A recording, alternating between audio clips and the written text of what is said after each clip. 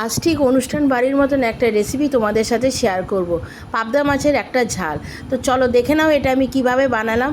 প্রথমে আমি প্রায় গোটা 7খানার মতন পাবদা মাছ নিয়ে তার মধ্যে খানিকটা নুন, হলুদ আর কাঁচা তেল দিয়ে ভালো মতন মাখিয়ে প্রায় 10-15 মিনিটের জন্য আমি এটা রেখে দেবো। তোমাদের এই ভিডিওটা সম্পূর্ণ দেখার অনুরোধ রইল। আমি দেখো প্রথমে কিন্তু ভালো মতো নুন, হলুদ আর তেল মাখিয়ে কিছুক্ষণের জন্য রেখে দিলাম। এরপরে কিন্তু আমার একটা মশলা তৈরি করে নিতে হবে। সেটা হচ্ছে পোস্ত, সাদা সর্ষে আর কয়েকটা কাঁচা লঙ্কা। আর তোমাদের বাড়িতে যদি পোস্তের পরিমাণ কম থাকে তাহলে তোমরা কিন্তু 2-4টে কাজু বাদামও এর মধ্যে অ্যাড করতে পারো। আমি কিন্তু এর মধ্যে 2-4টে কাজু বাদাম অ্যাড করেছিলাম, কারণ আমার একটু পোস্তটা কম ছিল। ওটার একটা মিহি পেস্ট বানিয়ে নেব। আবার ওই মিক্সি বাটির মধ্যে আমি 1.5 টমেটো একটা মিহি পেস্ট বানিয়ে নেব।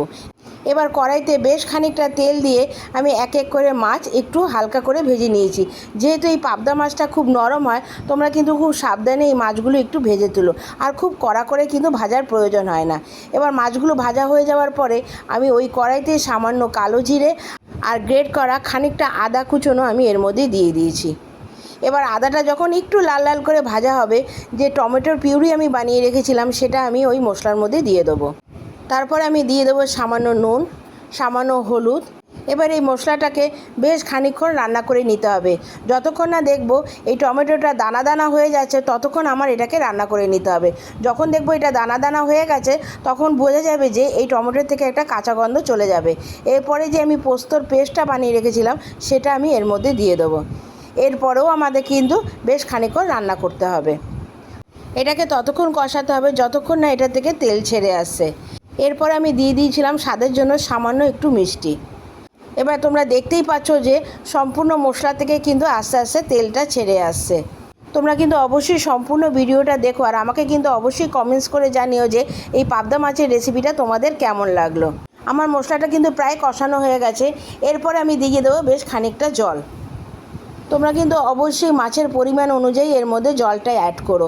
এরপরে যখন ঝোলটা ফুটে আসবে তারপরে আমি দিয়ে দেবো এক এক করে ভেজে রাখা মাছগুলো।